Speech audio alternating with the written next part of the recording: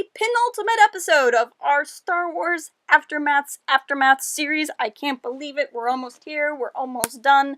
This is kind of the last story plot-y thing, and then we're going to move into the kind of like epilogue in-game stuff. So let's talk about what happened and how things are going to end up for our characters. If you're not familiar with whatever it is I'm talking about or this series, please click on the arrow and it will take you back to the beginning of the series. But effectively, we've been going through the book Star Wars Aftermath a couple of chapters at a time to kind of get into the themes and what the book means for canon as a whole. And so let us start with Chapter 35. Chapter 35, we have the shuttle that contains Sloane herself, as well as the kind of Imperial Cabal, friends of hers, and the Aftermath crew, and they're all kind of flying out into space, and they get there, and there's a giant space battle going on. The Rebellion, or the New Republic, or whatever they are, has shown up, and the ships are fighting, and there's stuff afoot and going on, and this is the big old final climactic final thing. The battle on the New Republic side is being led by Commander Agate. Agate is kind of, Akbar's second in command. She's one of the major forces in the New Republic right now in their military. She's been in the book. I don't think I've mentioned her a whole lot just for brevity's sake, but is definitely an important character to kind of know and care about, and I think is just in general pretty cool. Kind of like a General Nadine, only like a lady, therefore not as good of a beard. What's going on here is she is no dummy. So Sloane is overseeing the piloting of the shuttle and is trying to get on board Star Destroyer. Agate notices that there's a random yacht in the middle of a giant battle. She thinks that's weird. She could shoot it down, but who knows? There's probably intelligence on that ship, because why else would there be a yacht flying in the middle of a space battle? She correctly assumes that somebody important is on the ship, so she doesn't want to destroy it.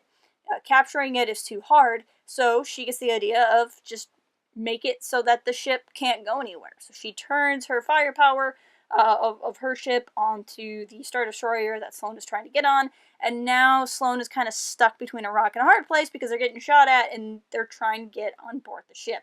This creates a very special kind of tension, and one that I really appreciate towards the end of this book, which is putting the bad guys and the good guys on the same ship makes it really hard to know what to root for. Obviously, the good lightsiders that we are, we want the villains to lose, but if the villains losing mean they die and our heroes are with them, well, we don't really want that either. So we don't know how we feel about this yacht and if we want it to get away or not.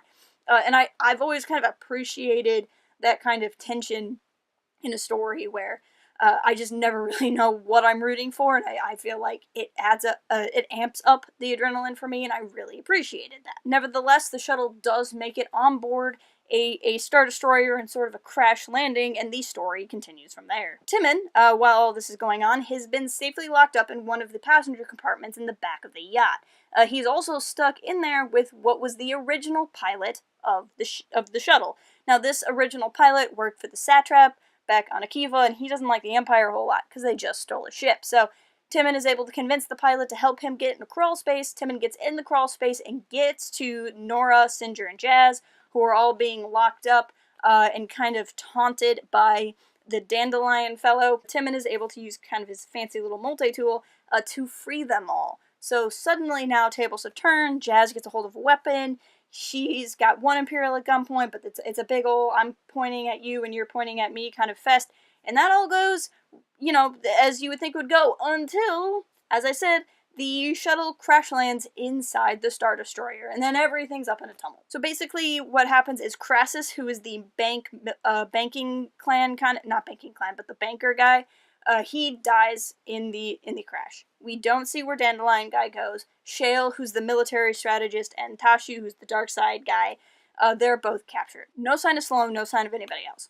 Nora instructs the rest of the Aftermath crew to take the two people they do have for bounties and get on the shuttle and get the heck out. Nora hops into a TIE fighter and goes out to follow another shuttle that has just taken off. What we'll find out is this is Sloane, who is basically crash landed onto her Star Destroyer just to get off her Star Destroyer again. And Nora's instincts are ticking and she thinks that she wants to chase after this. This leads to a very tense moment in the book because Nora has once again left her son in the care of someone else to kind of go off and do his own thing, while she has to go join the battle and she can't let it go, even though she hears Timon asking her to please not do this. And the specific line in the book is, quote, "It's what she does." Nora is realizing that at the end of the day, she can't sit back and let the battle fight with itself without her, and no matter what, this is just going to kind of create a tension for her character. After all of the repairing and after all of the kind of coming back together between Nora and Timon, this is kind of where we are yet again. On to chapter 36. Chapter 36 is Sloane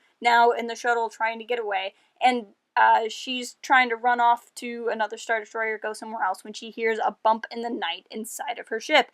As it turns out, the Dandelion guy has followed her, aware that she was going to try to get off the ship, so that's why he's not back making the Aftermath crew life a nightmare, and is instead following Sloane, and he holds Sloane at gunpoint, trying to convince her that basically what's going to happen is she's going to take him back to her Super Star Destroyer, the Ravager, which has been a major point of contention between them. Dandelion has been mad that Sloane has control of the last Super Star Destroyer, which is like Darth Vader's ship that we see in Return of the Jedi, which is this massive, massive ship that could do a whole lot of damage to the New Republic, and Sloane won't give it up. So now, fed up with how all of this is going, he's like, you know what, I am just going to kidnap you and force you to take me to that ship where I'll take control of it.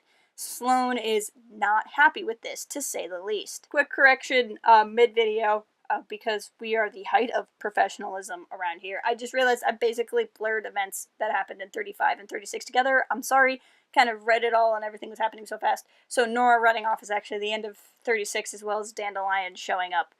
For any of you who it really matters or are sitting there annoyed because I seem to be reading stuff out of order, I just figured that out.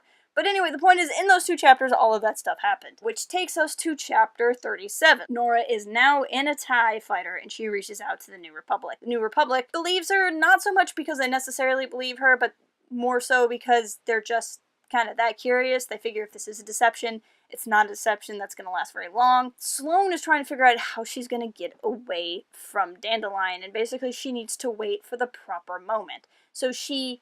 And this is probably the most interesting thing that happens in these three chapters, at least to me. She gets him with the ploy by saying she's not really in charge, and that there's someone else out there pulling the strings. When Dandelion wants to know who, she says, quote, "He is still alive." Now, we don't really get a name, but the implication here is that she's trying to tell him that Palpatine is still alive. This is something that kind of shakes Dandelion to his bone. Obviously, this is a ploy, because obviously the Emperor isn't still alive.